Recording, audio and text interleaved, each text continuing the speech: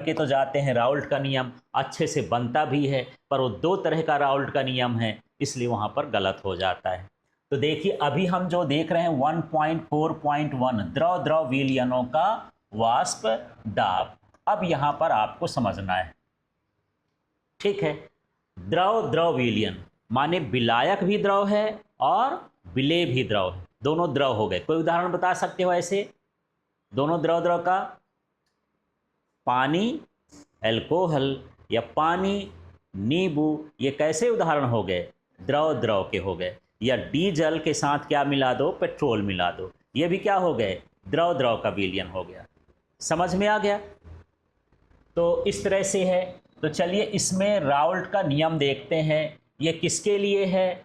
वाष्पशील द्रवों के विलयन में प्रत्येक अवयव का आंशिक वाष्प दाब विलयन में उसके मोल अंश के समानुपाती होता है। कोई ऐसा विलयन हो जिसमें द्रव क्या हो? वाष्पशील हो। ठीक है, दोनों कैसे हैं? द्रव। दोनों चीज कैसे हैं? वाष्पशील। मैं बताया कि विलयन में आपने क्या मिला लिया? पानी, वो भी वाष्पशील है। उसमें क्या मिला लिया? अल्कोहल, मान लो कम मात्रा में है तो विलेय है, वो भी क्या है? वाष्पशील। दोनों की भाप बन सकती है तो क्या कहला गया? वाष्पशील हो गया। तो जो उसका वाष्प दाब है उसके मोल अंश के क्या होता है? समानुपाती होता है। ये P1 समानुपाती x1 लिख दिया हूं। P1 का मतलब पहला अवयव, जैसे पानी है तो पानी का वाष्प दाब पानी के मोल अंश के समानुपाती होगा। अल्कोहल का वाष्प दाब अल्कोहल के मोल अंश के समानुपाती होगा। माने जिसकी जितनी मात्रा अधिक होगी उसका वाष्प दाब उतना ही अधिक होगा। यदि विलयन में पानी ज़्यादा है तो पानी का वाष्प दाब अधिक होगा। यदि विलयन में अल्कोहल ज़्यादा है तो अल्कोहल का वाष्प दाब अधिक होगा। जिसका मोल अधिक होगा, अणुओं की संख्या ज़्यादा होगी तो वहाँ पर वाष्प दाब भी कैसा होगा? ज़्यादा हो गया। समझ में आ गया? तो क्या लिखोगे बताओ? राउल्ट का नियम क्या है? ये राउल्ट का नियम किसके लिए है? द्रव द्रव के लिए। किसके लिए? द्रव द्रव के लिए, माने वाष्पशील विलयनों के लिए है। किसके लिए है? वाष्पशील। राउल्ट का नियम दो तरह का है, एक वाष्पशील द्रव के लिए है और विलेय भी क्या हो? वाष्पशील। ठीक है। और एक ऐसा राउल्ट का नियम है जिसमें विलायक वाष्पशील है लेकिन विलेय अवाष्पशील है, उसकी वाष्प नहीं बनती। तो आपको ये समझना है कि ये जो राउल्ट का नियम है वाष्पशील विलेय के लिए है कि अवाष्पशील विलेय के लिए? अभी कौन सा है? वाष्पशील। द्रवों का मतलब दोनों द्रव की बात, विलेय और विलायक की, दोनों की। ठीक है, समझ में आया? तो क्या लिखोगे? वाष्पशील द्रवों के विलयन में प्रत्येक अवयव का आंशिक दाब विलयन में उसके मोल अंश के समानुपाती होता है। अब इस शब्द को इस सूत्र से बनाते हैं तो क्या हो गया? वाष्पशील द्रवों के विलयन में, पहली शर्त है, क्या लिखोगे? वाष्पशील द्रवों के विलयन में। फिर ये हो गया प्रत्येक अवयव का, क्या लिखोगे? प्रत्येक अवयव का। P1 का मतलब आंशिक दाब उसके मोल अंश के समानुपाती होता है। इसी को तो पढ़ देना है। अब मैं क्या इसको देखा नहीं देखा ना, यहां से बता देना है, बन जाएगा। तो बोलो, तो पहले इतना बोलो। हाँ, वाष्पशील द्रवों के विलयन में किसका? प्रत्येक अवयव का वाष्प दाब, आंशिक वाष्प दाब है ना, उसमें उपस्थित मोल अंश के समानुपाती होता है। अब विलयन में मान लो हम लोग जो ये पूरा चैप्टर पढ़ रहे हैं आपके जो सिलेबस में, वो द्विअंगी विलयन है। क्या है? द्विअंगी, माने एक विलायक और दूसरा क्या है? विलेय। तो एक विलयन हो गया, मान लो P1 पहला वाला अवयव हो गया और दूसरा होगा तो P2 हो जाएगा। तो देखो P1 समानुपाती x1 हो गया, समानुपाती का चिन्ह हटता है तो बराबर लगता है। और यहां पर एक क्या आ गया? स्थिरांक। ये क्या आ गया? स्थिरांक।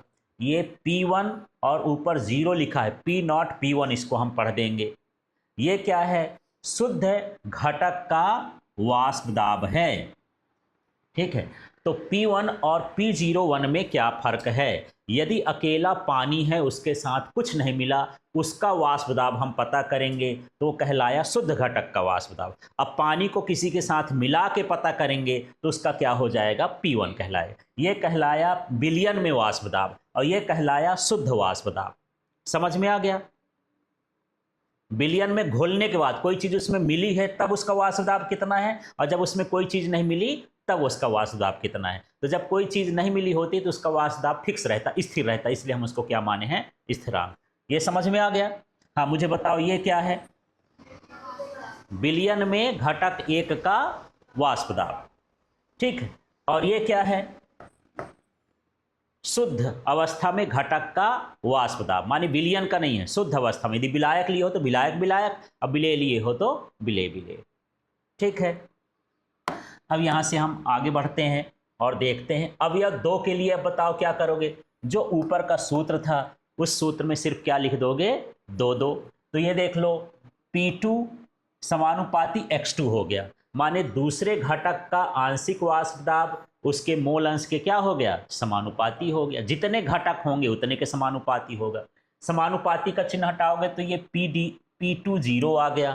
तो मुझे ये बताओ ये क्या कहलाएगा, शुद्ध घटक, है ना, दूसरे शुद्ध घटक का वाष्प दाब, है ना। और ये वाला क्या कहलाएगा, उसका विलयन में वाष्प दाब, ठीक है। मिलाने के बाद वाष्प दाब कितना है, मिलाने के पहले वाष्प दाब कितना है, ऐसे है। दोनों चीज समझ में आ गई।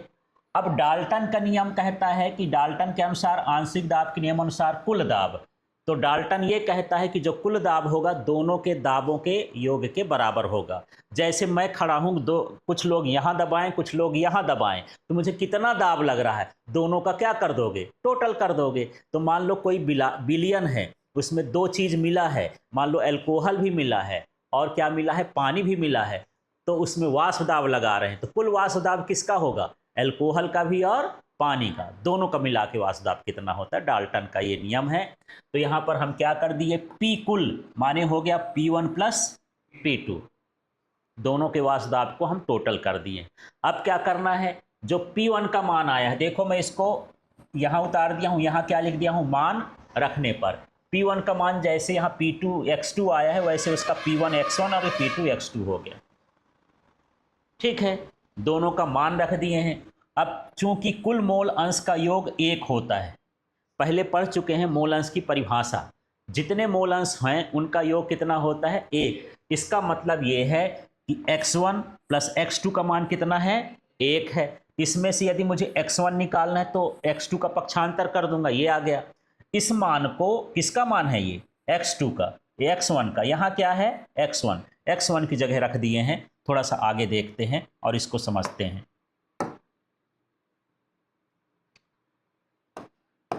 हाँ जी, तो यहां पर देखो इस सूत्र में देखना, ये क्या लिखा है P1, यहां पर मैं क्या लिख दिया हूं P1, फिर यहां पर क्या लिखा है X1, लेकिन X1 का मान देखो क्या है 1 माइनस X2, तो X1 की जगह ये लिख देना, ठीक है। अब ये जो P2 X2 लिखा है ये सब लिख दिए हैं। अब क्या कर दिए अगले स्टेप में, देखो इसमें एक गुणा कर दिए हैं, इसमें भी क्या कर दिए हैं गुणा, तो ये इस तरह से आ जाएगा और ये हो गया। आगे के स्टेप में देखो हम क्या कर दिए हैं, इसमें जो है ये माइनस वाला बाद में लिख दिया हूं और कुछ नहीं किया। देखो ये P1 लिखा है, यहां भी लिखा है, ये P2 XT लिखा है, ये भी लिख दिए हैं, ये माइनस वाला बाद में लिख दिया। अगले स्टेप में क्या करोगे कि यहां पर ये जो X2 है, इसमें भी X2 है, इसमें भी X2 है, इसको क्या कर दिया, कॉमन कर दिया, ठीक है। इस तरह से ये राउल्ट के नियम के अनुसार ये कुल वाष्प दाब उसका आ गया है ना। तो इससे हमको क्या पता चलता है, ये नियम क्या बता दिया, है ना। तो थोड़ा सा राउल्ट के नियम से इसके परिणाम देख लेते हैं, इसमें क्या क्या है। तो देखिए, कुल वाष्प दाब को उसके किसी एक अवयव के मोल अंश से सीधे संबंधित किया जा सकता है, ठीक। जैसे यहां पर देखना ये X2 कैसे आया, ये वाला सूत्र कैसे आया, इस P1 को इधर पक्षांतर कर दिया तो क्या हो जाएगा, P कुल माइनस P1 0। ये लाइन समझ में आ गई। अब मुझे क्या निकालना है, तो इसको क्या कर दूं, बटे में कर दूं, माने जो वाष्प दाब है उसको हम किससे रिलेशन बना दिए हैं, मोल अंश से। ये मोल अंश हुआ ना, ये किसका मोल अंश हो गया, विलेय का, या किसी एक अवयव का हो जाए, चाहे X1 का निकालोगे तो X1 का आ जाएगा, X2 का निकालोगे तो X2 का आ जाएगा, ठीक है। जैसे यहां पर मैं अभी मान रखा था X1 का, तो किसका मान आ गया, X2 का, और यदि x2 का रखोगे, यहाँ पर थोड़ा सा देख लेना, ये देखा ना x1 का मान रखा, यदि मैं यहाँ पर x1 पक्षांतर कर देता तो यहाँ पर x1 का मान आ जाता। ठीक है, इस तरह से है। अब अगला देख लेते हैं, इसका रेखीय परिवर्तन देख लेते हैं। यहाँ पर समझो किसी विलयन का कुल वाष्प दाब अवयव 2 के मोल अंश के साथ रेखीय रूप से परिवर्तित होता है। जो कुल वाष्प दाब है वो किस पर निर्भर कर रहा है? दूसरे पदार्थ पर, विलेय पर निर्भर करता है। किस पर निर्भर करता है? विलेय पर। ये कैसे पता चल गया? ये जो आप निकाले हो ये सूत्र किसका निकाले हो? x2 माने क्या होता है? विलेय, और x1 माने क्या होता है? विलायक। जिसमें P1 हो गया, 1 लिखा है माने विलायक समझना है, और 2 लिखा हो तो क्या समझना है? विलेय समझना है। ठीक, तो ये मोल अंश के बराबर होता है, ये सिर्फ जानने के लिए है।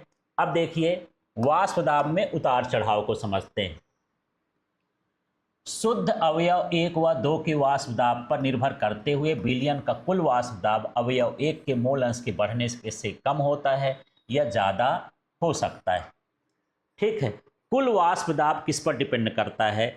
यदि आप विलयन की मात्रा बढ़ाएंगे, पहले वाले का बढ़ा दिए तो पहले का वाष्प दाब बढ़ जाएगा, तो कुल वाष्प दाब भी बढ़ जाएगा। यदि घटाओगे तो वाष्प दाब भी क्या हो जाएगा? घट जाएगा। अणुओं की संख्या पर डिपेंड करता है। जैसे आप यहाँ पर बैठे हो तो ये इसको दबा रहे हो धरती को, और लोग बैठ जाएंगे तो और दबेगा। ऐसे है इसमें भी कि जितने अणु बढ़ते जाएंगे मोल अंश बढ़ता जाएगा, दाब का मान भी क्या होता जाएगा? बढ़ता जाएगा। अब थोड़ा सा ये लास्ट का इसका देख लेते हैं, है ना, इसका आलेखी निरूपण। हालांकि ग्राफ ज़्यादा आता नहीं है पर इसको समझो। ये क्या कहता है ग्राफ कि यदि हम राउल्ट के नियम का ग्राफ बनाएं तो हमेशा हमको कैसा मिलेगा? सरल रेखा। क्या मिलेगा? सरल रेखा। ठीक है, तो देखिए किसी विलयन के लिए आंशिक दाबों का उनके मोल अंशों के विरुद्ध खींचा गया आलेख हमेशा क्या होता है? रेखीय होता है। कैसे? जैसे मैं पहला विलयन ले लिया, क्या ले लिया? पहला विलयन, तो पहले विलयन का ये दाब है और यहाँ पर उसका क्या है? मोल अंश है। तो जैसे जैसे आपको विलयन को बढ़ाते जाओगे दाब का मान क्या हो जाएगा? बढ़ जाएगा। यदि एक को घटा रहे हो दूसरे को बढ़ा रहे हो तो दूसरे का बढ़ेगा। इसका मतलब ये समझो, जैसे मान लो कि P1 मान लेते हैं 10 टॉर है ना, ये दाब का मात्रक है, और जो P2 है वो है 5 टॉर। अब आप इसको लिए हैं 100 ml और इसको क्या लिए हैं? 50 ml। ठीक, इसका टोटल देखो कितना हो गया? 15। इसका टोटल कितना हो गया? 150। अब यदि मैं इसको घटाते जाऊं और इसको उसी हिसाब से क्या करूं? बढ़ाते जाऊं। मेरी बात समझ में आ रही है? पहले वाले को मैं घटाते जाऊं और दूसरे वाले को क्या करूं? बढ़ाते जाऊं, तो क्या होगा? वाष्प दाब भी उसका पहले वाले का घटेगा और दूसरे वाले का क्या होगा? बढ़ेगा। यही बता रहा है कि जैसे P1 का मान धीरे धीरे ऐसे ऐसे घटता जा रहा है, उस तो P2 का मान क्या होगा? बढ़ता जाएगा। इस उल्टा भी बना सकते हो, इसको P1 कर दोगे तो इसको P2 कर सकते हो, माने एक का मान घटाओगे तो दूसरा मान क्या होगा? बढ़ेगा। ये ऐसा समझ लो कि यहाँ पर एक बॉटल है, इसको मैं थोड़ा नीचे से कनेक्ट कर देता हूँ, ऐसा कर लेता हूँ। ये बॉटल है इस तरह से और इससे ये जुड़ा हुआ है। ठीक है, ये A हो गया, ये B हो गया, इसमें पानी फुल भरा है, इसमें एक भी नहीं भरा है ना। अब ये पानी कितना है? मान लो 500 ml। पानी कितना है? 500 ml है। ठीक, ये पूरा खाली है और ये पूरा क्या है? भरा है। तो पानी इससे उधर जाएगा तो उसका पानी क्या होता जाएगा? इसका घटता जाएगा, इसका क्या होता है? जाएगा, बढ़ता जाएगा। ठीक है, और बाद में दोनों में क्या हो जाएगा? बराबर हो जाएगा। तो इसका जो मान है 500 ml से क्या 600 ml हो जाएगा। दोनों का टोटल कितना रहेगा? 500 हो रहेगा। तो यही है कि कुल दाब नियत रहता है। विलयन में कुल दाब क्या होता है? नियत होता है। P कुल बराबर P1 प्लस क्या होता है? P2। यदि एक का दाब घट रहा है तो माने दूसरा का दाब क्या होगा, बढ़ेगा, और कुल मिला के क्या हो जाएगा, दोनों का बराबर हो जाएगा, ये कह रहा है। तो ठीक है, मान लो इस पॉइंट पर है ना, इसका दाब कितना है 50, और इस पॉइंट पर इसका दाब कितना है 100, तो इनका टोटल कितना हुआ 150। जब हम इस पॉइंट पर आए तो इसका मान लो बढ़ गया, ये 75 हो गया ये वाले का, और ये वाले का क्या हो जाएगा 100 का थोड़ा सा और घट जाएगा। इस तरह से एक बढ़ेगा एक घटेगा, है ना। जैसे ये बढ़ रहा, फिर से देखो यहाँ पर मान लो ये 10 हो गया, तो यहाँ पर इसका मान कितना होगा, ये घट रहा है वो बढ़ रहा है, तो ये 10 कहाँ से हो जाएगा, थोड़ा और बढ़ जाएगा, मान लो 110 कर देता हूँ, 110 हो गया। टोटल कितना था 150, तो यहाँ पर कितना होना चाहिए 40। यदि मैं इस लाइन में आ जाऊँ, ठीक है, तो ये क्या हो गया, बढ़ गया, यहाँ पर मान लो 140 हो गया, यहाँ पर कितना हो गया 10, टोटल कितना आएगा 150। एक का दाब बढ़ेगा तो दूसरा का दाब घटेगा, कुल दाब हमेशा क्या होता है, नियत होता है, विलियन में ये बता रहा है। ठीक है, तो चलिए अब छोटी छोटी इसमें बातें करते हैं और इस टॉपिक को यहाँ से ख़त्म करते हैं। सबसे पहले द्रवी विलयन क्या कहलाता है, जिसमें विलायक क्या हो, द्रव हो। पहला क्लियर हो गया। अच्छा, उसमें विलेय कौन कौन से हो सकते हैं, ठोस, द्रव, गैस, तीनों हो सकते हैं। ठीक है, अच्छा विलेय की प्रकृति क्या हो सकती है, वाष्पशील भी हो सकती है और अवाष्पशील भी हो सकती है। उसमें जो मिलाए हो उसका वाष्प हो सकता है बनता हो, और हो सकता है नहीं बनता हो।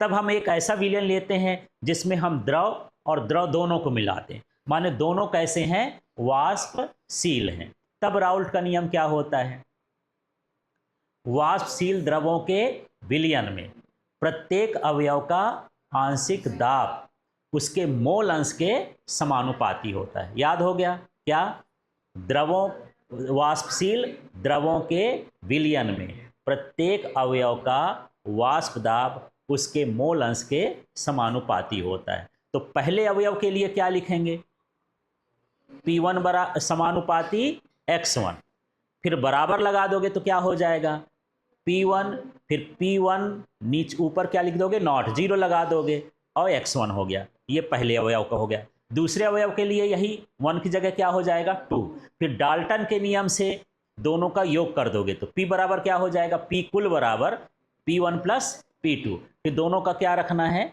मान रख देना है। मान रखने के बाद आप जानते हैं कि मोल प्रभाज का योग कितना होता है, 1 होता है।